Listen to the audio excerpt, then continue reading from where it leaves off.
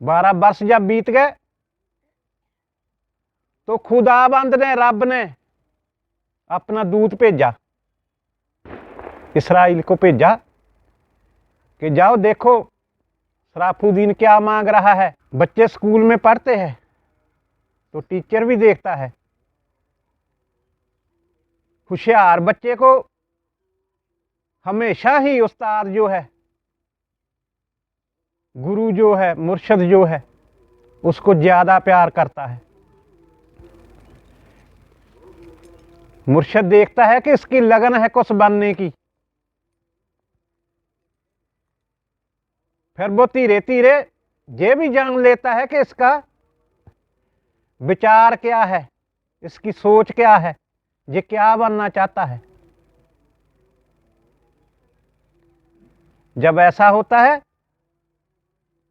तो फिर मुर्शिद जो है, जो उस्ताद है, जो मास्टर है, सिखाने वाला, वो उसको और बच्चों से अलग पढ़ाई करवाता है, अलग से शिक्षा देता है, उसको समझाता है कि बेटा ऐसे करोगे, ऐसे करोगे तो आप इस लाइन में इधर जा सकते हैं। तो एक स्कूल में, एक जमात में पढ़ने वाले बच्चे, एक साल में पास होने वाले बच्चे सभी पटवारी नहीं लग जाते। कुछ के विचार होते हैं आगे पढ़ाई करने के लिए,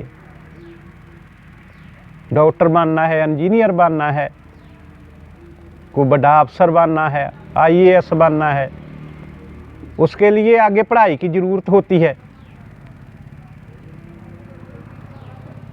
वो लड़का फिर उसी तरफ जाता है, वो नौकरी नहीं ढूंढता, वो पढ़ाई की खोज करता है कि कहाँ अच्छी पढ़ाई होएगी।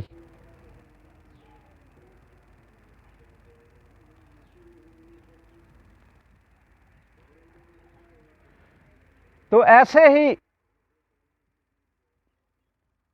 मुख्तियार काकी जी, दिल्ली वाले पीर जो हैं,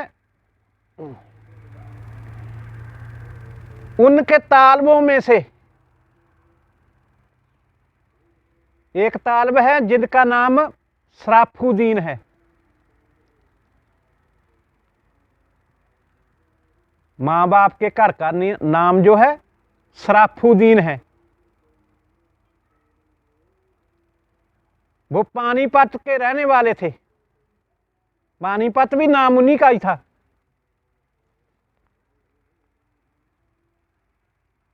तो उन्होंने बख्तियार काकी को अपना शीश झुकाया और अपना पीरो मुर्शिद मान लिया।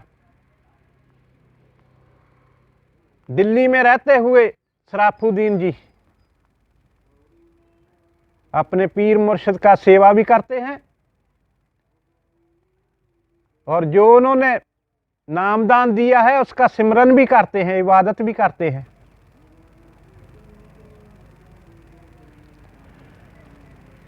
परंतु मन में कुछ बनने के विचार हैं।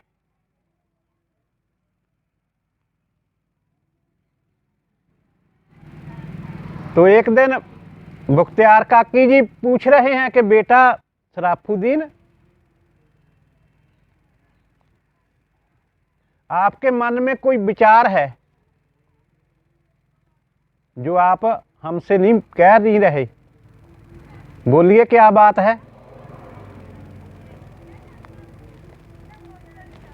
तो सराफुद्दीन जी अपने मुर्शिद के आगे हाथ जोड़कर बोले कि हे प्रभु, हे दाता जी, हम एली का खिताब पाना चाहते हैं, हम एली बनना चाहते हैं। तो तालब की शिष्य की बात सुन करके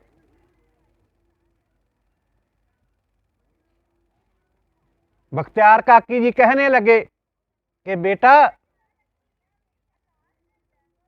ये तो बड़ी औखी मंजिल है।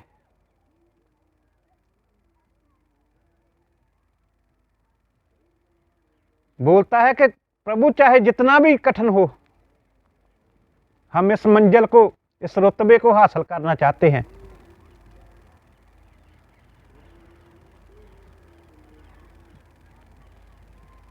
तो बख्तियार काकी जी मुर्शद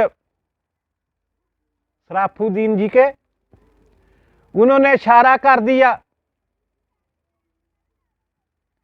कि हे शराफुद्दीन, आप शब्द की इबादत कीजिए, हम आपको शब्द देते हैं। तो आप जहां से पानीपत करनाल चले जाइए, वहां दरिया के अंदर खड़े होकर के आपने इबादत करना है।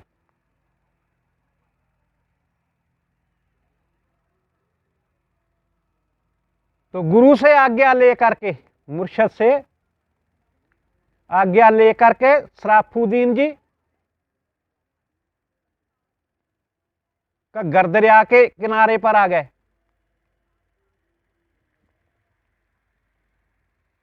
वहां आकर के उन्होंने एक चौपड़ा, पहले छप्पर बनाया जैसे ये हमारा है। तो फिर मुर्शिद के बताए हुए मार्ग पर चलने लगे, इबादत को शुरू कर दिया।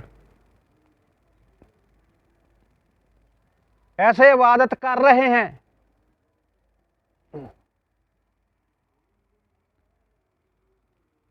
तो हम आपको एक अपनी सुनाते हैं, हमारे भी शिष्य हैं, और एक पिछले साल हमारा शिष्य बना, लेडी है।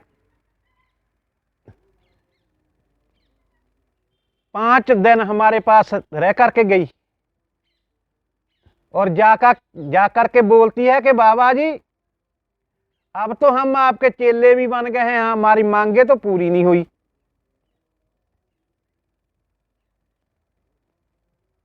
बारह वर्ष बीत गए उसको।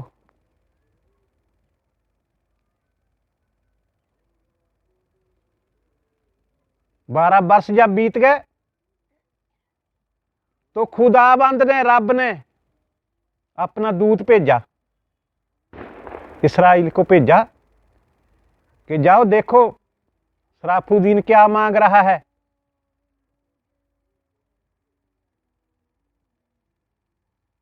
दूत आकर के शराफुद्दीन को बोलते हैं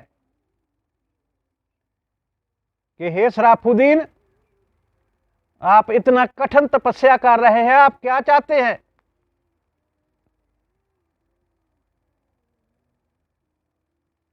तो शराफुद्दीन जी पूछ रहे हैं कि हे प्रभु, आप कौन हो? तो इसराइल बताने लगे कि मैं रब का दूत हूं, खुदा का भेजा हुआ, उनका एक संदेशवाहक हूं। आप क्या चाहते हैं? तो शराफुद्दीन जी कहने लगे कि इसराइल, हम एली का रुतबा लेना चाहते हैं, हमको एली बना दीजिए। तो इसराइल भी बता रहे हैं कि नहीं शराफुद्दीन, ये रुतबा तेरे को नहीं मिल सकता, आप और को उस मांग लीजिए, एली नहीं आपको बना सकते। तो इतनी बात के बाद उसने फिर आंखें बंद की और अपना इबादत करने लगे। इसराइल को समा देखते रहे और वापस गए, जाकर के बोला कि प्रभु, शराफुद्दीन एली बनना चाहता है, वो और कुछ भी नहीं मांग रहा। अब दोबारा उसने फिर इबादत करना शुरू कर दिया है। ऐसे 3 बार 12-12 वर्ष उसने तपस्या की।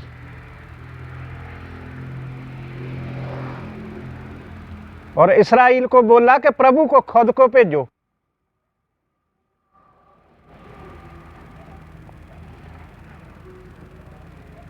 जब प्रभु ने शराफुद्दीन से कांटेक्ट किया, मेल हुआ, तो पूछ रहे हैं कि बेटा आप क्या चाहते हैं? बोलता है कि प्रभु मेरे को एली ही बनाओ, हम और कुछ नहीं चाहते। तो कहने लगे कि बेटा नहीं, एली नहीं बन सकता, तेरे को एली बनाऊं, फिर बीबी फातिमा को कहां से लाऊंगा, हसन हुसैन को कहां से लाऊंगा, 5 तन कहां से बनाऊंगा। ये कुछ छोटी खेल नहीं है जो आप बोल रहे हैं। तो शराफुद्दीन जी कहने लगे कि प्रभु मेरे को और कुछ नहीं चाहिए। तो खुदाबंद ने, रब ने कहा कि बेटा तू एली नहीं बन सकता, एली वाले काम कर जाएगा। हम आज से तेरे को बू अली कलंदर का रुतबा देते हैं, कलंदरी खानदान का, तेरे को मोरी बनाते हैं। तू एली जैसे काम करेगा, परंतु एली नहीं बनेगा, बू अली कलंदर बनेगा।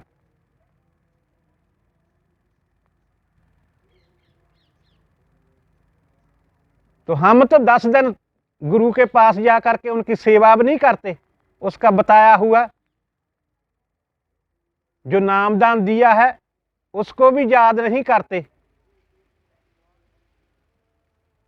हम देखते हैं अपने शिष्यों में से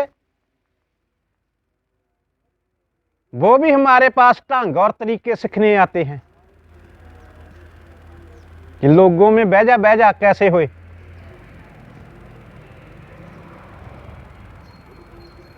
प्रभु की तरफ तो ध्यान ही नहीं है। आपने प्रभु को मिलने जाना है, फिर तो आपके पास कुछ भी नहीं होना चाहिए, अकेले जाना है। जब हम अपने मुर्शिद को उनके साथ चलते हैं तो फिर ये मुर्शिद का ड्यूटी बन जाता है। खाने पीने का सब उसी का होता है।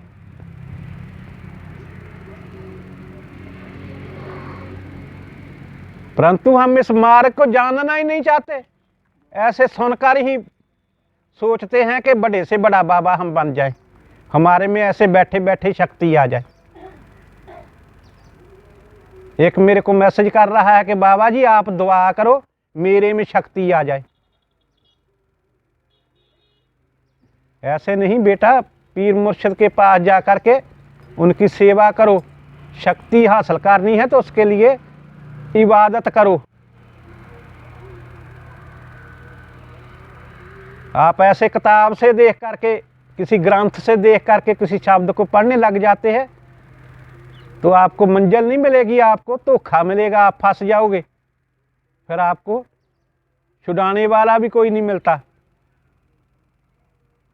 इसलिए जो शक्तियां है, पावर है उस प्रभु की, इसको ऐसे कोई भी मत छेड़ो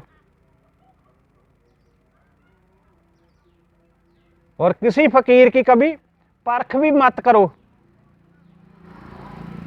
मैंने बहुत सी हिस्ट्रियों में बताया है फकीरों के बारे में, उनकी शक्ति के बारे में, जो फकीर खुद भी नहीं जानता, करने वाला तो पीछे होता है। इसलिए आपने किसी मार्ग पर चलना है तो उस मार्ग को जो जानता है, किसी मास्टर के पास जा करके उससे बात करनी चाहिए, उससे पूछना चाहिए।